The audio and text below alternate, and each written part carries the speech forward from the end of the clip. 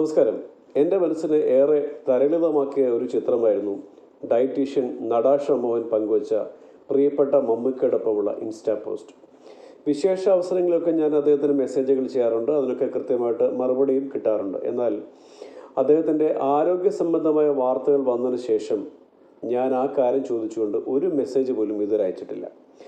ഞാൻ ഇക്കുക്ക എന്ന് വിളിക്കുന്ന അദ്ദേഹത്തിൻ്റെ സഹോദരൻ ഇബ്രാഹിം കുട്ടിയുമായിട്ട് എനിക്ക് വളരെ അടുത്ത ബന്ധമാണുള്ളത്. പക്ഷേ ഇക്കുക്കയോടും ഞാൻ ഇതുവരെ മമ്മൂക്കയുടെ ആരോഗ്യ വിവരങ്ങൾ ചോദിച്ചിട്ടില്ല. കാരണം മമ്മൂക്കയ്ക്ക് സുഖമില്ല എന്ന് കേൾക്കാനോ അറിയാനോ എനിക്കിഷ്ടമല്ല. അദ്ദേഹം എപ്പോഴും ആരോഗ്യത്തിൻ്റെയും ജീവിതശൈലിയുടെയും ഫിറ്റ്നസിൻ്റെയും ഒക്കെ പ്രതീകമാണ് നമുക്ക്. അത് എന്നും അങ്ങനെ തന്നെ ആയിരിക്കുകയും ചെയ്യും.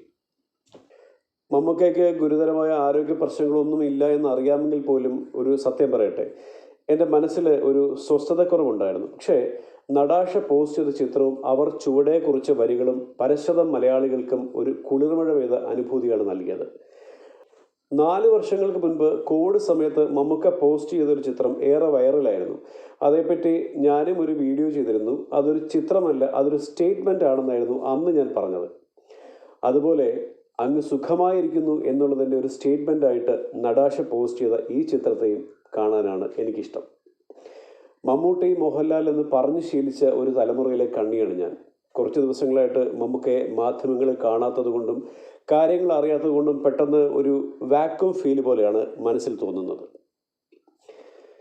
പ്രിയപ്പെട്ട മമ്മൂക്ക, എന്നെപ്പോലെ അങ്ങയെ സ്നേഹിക്കുന്ന ഓരോ മലയാളി മനസ്സുകൾക്കും ഇടയ്ക്കൊക്കെ ഇൻസ്റ്റയിലോ അല്ലെങ്കിൽ ഫേസ്ബുക്കിലോ ഒക്കെ വന്ന് ഞങ്ങളോടൊക്കെ ഒന്ന് വർത്തമാനം പറയണേ. I M okay, I am doing good, അല്ലെങ്കിൽ വേഗം നേരിൽ കാണാം എന്നൊക്കെ ഒന്ന് പറഞ്ഞിട്ട് പോണേ. ഇതിനായിട്ട് ഒരുപാട് മലയാളികളോടൊപ്പം ഞാനും കാത്തിരിക്കുന്നു. എത്രയും പെട്ടെന്ന് ആരോഗ്യവാനായിട്ട് മമ്മൂക്ക തിരിച്ചു വരട്ടെ. Thank you.